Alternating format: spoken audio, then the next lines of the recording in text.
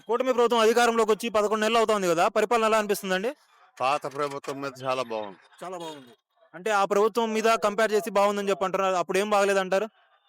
అప్పుడు చెప్పారే గాని ఏది కూడా ఇది చేయలేదు. రాష్ట్రంలో డెవలప్‌మెంట్ చేయలేదు. ఎంప్లాయ్‌మెంట్ ఏం చేయలేదు. అన్ని రైతాంగానికి గాని వేరే పనులు లేకుండా పోయినాయి లేబర్‌కి. హ్మ్. ఈ విధమైనటువంటి ప్రాబ్లమ్స్‌తో కొట్టుమిట్టాడారు. హ్మ్. వీళ్ళొచ్చిన తర్వాత కొంచెం గవర్నమెంటు పరిపాలన సాదాసీదాగా ఇంప్రూవ్ అవుతా ఉందిప్పుడు. పనులైతే దొరుకుతున్నాయంటారు. అయితే ఇప్పుడు కూటమి ప్రభుత్వం అధికారంలో రావడానికి సూపర్ 6 హామీలనేవి కేంద్ర బిందువుగా పనిచేశాయి గదా! ఈ హామీలు ఇంకా అమలు చేయలేదు గదా! ప్రజల్లో ఏమైనా వ్యతిరేకత ఉందా? ఒక్కోటిగా అమలు చేసుకుంటా వస్తున్నారు. హ్మ్. గవర్నమెంట్ అన్న తర్వాత ఒక్కసారిగా డబ్బుతో కూడినటువంటి విషయం. అది మెల్లమెల్లగా కొన్ని కొన్ని పథకాలు చేసుకుంటానే వెళ్తున్నారు. అమలు చేస్తారంటారా 6? పక్కా చేస్తారు. చేస్తున్నారు కూడా. ఇప్పుడు అంటే చేసుకుంటూ వస్తున్నారు కాబట్టి నమ్మకం ఉంది. అంటే వైసీపీ వాళ్ళు ఏం చెప్తున్నారంటే పసుపు, కుంకుమ ఏ విధంగా అయితే ఎలక్షన్ ముందుల ఇచ్చారో అలా ఇస్తారని చెప్పి అంటున్నారు. ఆహా! ఇప్పుడు ఆల్రెడీ ఇస్తున్నారు గదా! ఆల్రెడీ ఇప్పుడు 4, 3 ఇచ్చారు గదా! ఇంకా 2, 3 ఉన్నాయి. అయి మెయిన్ ఇంపార్టెంట్. అయి కూడా ఇస్తారు నిదానంగా. ఒక్కోటి అనౌన్స్ చేస్తున్నారు. ఇచ్చుకుంటూ వస్తున్నారు. తల్లికి వందనం రేపు జూన్‌లో ఏస్తానని చెప్పి అంటున్నారు. ఏస్తారా? ఏస్తానికే ఆస్కారం ఉంది. ఆ! ఇప్పుడు అలాగే ఉంది. సరే ఫ్రీ బస్సు పెడతామని చెప్పి అంటున్నారు. దాన్ని మరి వ్యతిరేకించాలా? లేకపోతే సమర్థించాలా? సమర్థించాల్సిందే. ఎందుకంటే అట్టడుగునున్నటువంటి ప్రజలకి ఫ్రీ బస్సు అవసరం. హైదరాబాద్ ఎప్పుడైనా ఎళ్లారా? చాలా సార్లెళ్ళాం. అక్కడ ఫ్రీ బస్ వల్ల చాలా నష్టాలు జరుగుతా ఉన్నాయి గదా! నష్టాలంటే కొంతమంది కావాలని కూడా ప్రయాణాలు చేస్తా ఉన్నారు. హ్మ్. అవసరాలను బట్టి ప్రయాణాలు చేస్తా ఉంటే బావుంటది. ఫ్రీ అని చెప్పేసరికి అవసరం లేకపోయినా అవసరం కల్పించుకొని ప్రయాణం చేస్తున్నారు. అవును.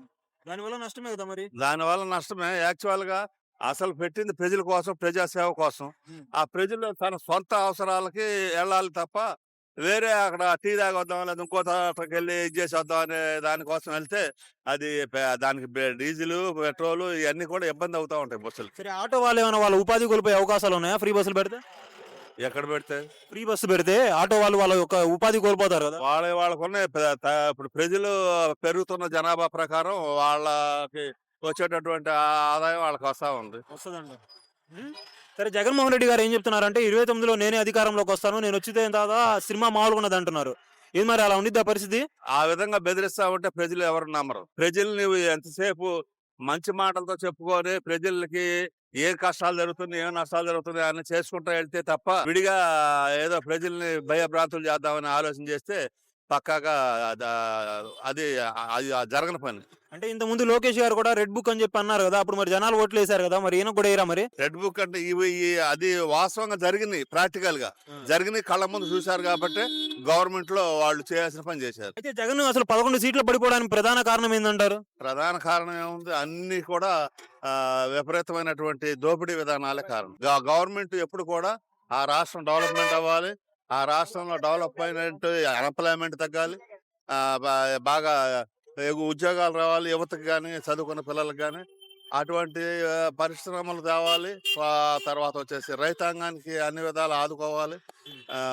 స్టూడెంట్స్‌కి అన్ని సౌకర్యాలు కల్పించాలి. ఇలాంటివన్నీ కల్పించినప్పుడు సహజంగా ప్రజలు గమనిస్తారు. గమనించిన ప్రకారం ఓటేస్తారు. ఒకవేళ వీళ్ళు కూటమి ప్రభుత్వం చెప్పినటువంటి హామీలు నెరవేర్చుకోకపోతే మళ్ళీ వీళ్ళు అధికారంలోకి వస్తారా? కూటమి ప్రభుత్వం ఆల్రెడీ కళ్ళ ముందు కనపడుతుంది. ఇప్పుడు ఇస్తా ఉంది.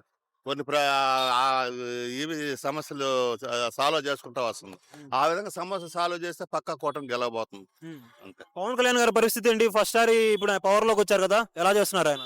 పర్లేదు రోడ్లు ఆయన శాఖ ఆయన బాగా చేస్తున్నారు. ఇలానే ఉంటారా? లేకపోతే మళ్ళీ ఏమైనా బయటికెళ్ళేసి జనసేన ఒంటరిగా పోటీ చేసిద్దంటారా? ఆ ము ముందు చరిత్ర ఎవరు చెప్పలేరు. ఆ! జరుగుతున్నదే పరిణామం చెప్పాలి తప్ప హ్మ్. ముందు అనేది మనం ఆలోచన చేయకూడదు. 20,00,000 ఉద్యోగాల కల్పన అన్నారు కదా! 20,00,000 ఉద్యోగాలు సాధ్యమవుతాయా 5 ఏళ్లలో? ఏ పరిశ్రమలు వస్తే ఆటోమేటిక్‌గా సాధ్యం అవుతుంది. అమరావతి 3 ఏళ్ళు అయిద్దా? 3 ఏళ్ళు కాకపోతే ఇంకొక 6 నెలలు పట్టొచ్చు.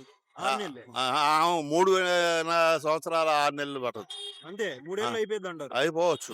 లేకపోతే ఇంకొక 6 నెలలు ఎక్స్‌ట్రా పట్టొచ్చు. అంటే హైదరాబాద్ లాంటి పెద్ద నగరాన్ని కట్టడానికి 30 ఏళ్ళు పట్టింది. మనకు 3.5 ఏళ్ళు అయిపోద్ది అమరావతి. అంటే హైదరాబాద్ అంటే అంచెలంచెలుగా పెరుక్కుంటూ వెళ్ళింది. హ్మ్. దానికి దీనికి కాదు. ఇది ఒక పరిధి ఇచ్చారు. ఆ! ఆ పరిధిలోనే జరుగుతా ఉంటుంది.